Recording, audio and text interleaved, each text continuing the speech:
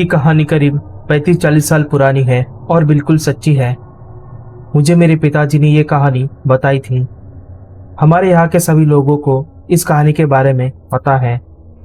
हमारा गांव जहाँ है वो एक पहाड़ी इलाका है। अब तो फिर भी ये इलाका बहुत मॉडर्न हो चुका है, लेकिन 35-40 साल पहले ये इलाका बहुत सुनसान हुआ करता था।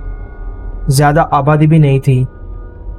तो कहानी ऐसी है कि करीब 40 साल पहले हमारे ही गांव का एक फौजी छुट्टी पर घर आया था।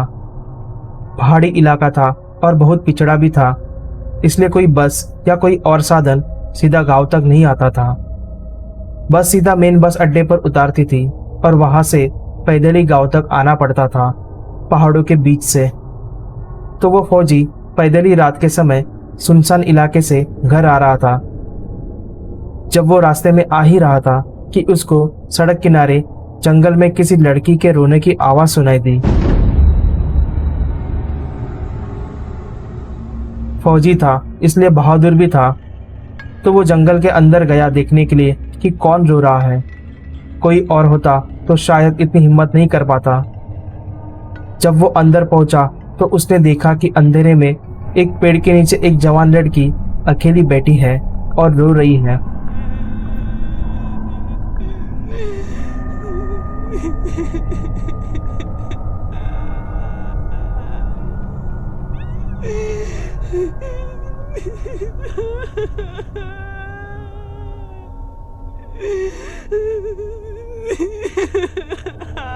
वो उसके पास पहुंचा और उससे पूछा कि वो वहां कैसे पहुंची और उसका घर कहाँ है। लड़की जवान थी और बेहद खूबसूरत थी, लेकिन उसको कुछ याद नहीं था। लड़की रो रही थी और उसने फौजी से उसको अपने साथ ले जाने के लिए रिक्वेस्ट किया। फौजी उस लड़की को अपने घर ले आया। अगले ही दिन पूरे गांव में ये बात फैल गई कि फौजी किसी लड़की को लाया है जंगल से। सबने जानने की कोशिश की लड़की से कि वो कौन है और कहां से आई है, लेकिन उसको कुछ याद नहीं था। शायद उसकी याददाश्त खो चुकी थी, ऐसा सबको लगा। लड़की फौजी के घर ही रहने लगी। फौजी लड़का भी जवान था और उसकी शादी भी नहीं हुई थी। एक ही घर में दो अनजान लड़का और लड़की रह रहे थे। लोगों का तरह तरह का बात करना लाजमी था, इसलिए उस फौजी लड़के के घर वाले और गांव वालों ने फैसला किया कि उन दोनों की शादी करा दी जाए। लड़की ने भी हाँ कर दी। लड़की बहुत सुंदर थी, इसलिए फौजी लड़का भी मान गया। लेकिन शादी से पहले उस लड़की ने फौजी लड़के के सामने एक शर्त रखी। उसने बोला कि मैं तुम्हारी हर एक बात मानूंगी, घर का सारा काम करूंगी, बस तुम कभी भी बिना दरवाजा खटखटाए मेरे कमरे के अंदर मत आना। लड़का मान गया और दोनों की अच्छे से शादी करा दी गई। सब कुछ अच्छा चल रहा था। 10-12 साल बीत गए। दोनों के 3 बच्चे भी हो गए थे।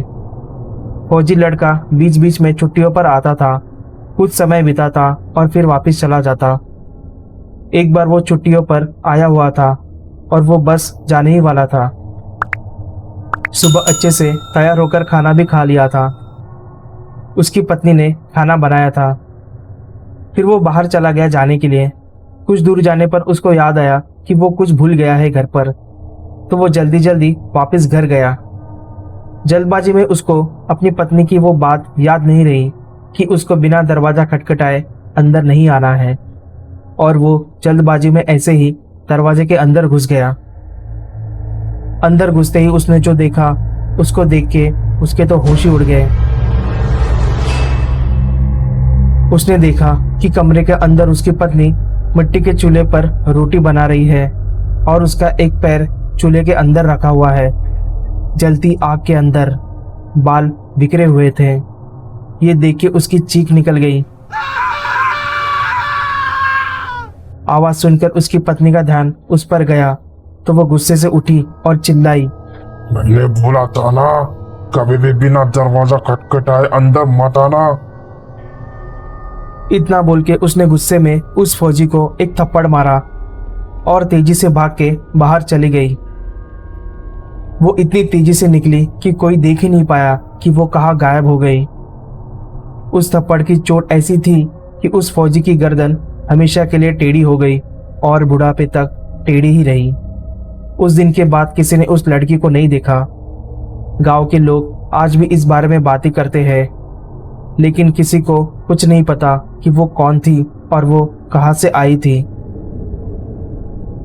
अगर आपको स्टोरी पसंद आई है तो वीडियो को लाइक और शेयर करना ना भूलिए। अगर आपके कुछ सुझाव हो तो कमेंट बॉक्स में हमें बताएं।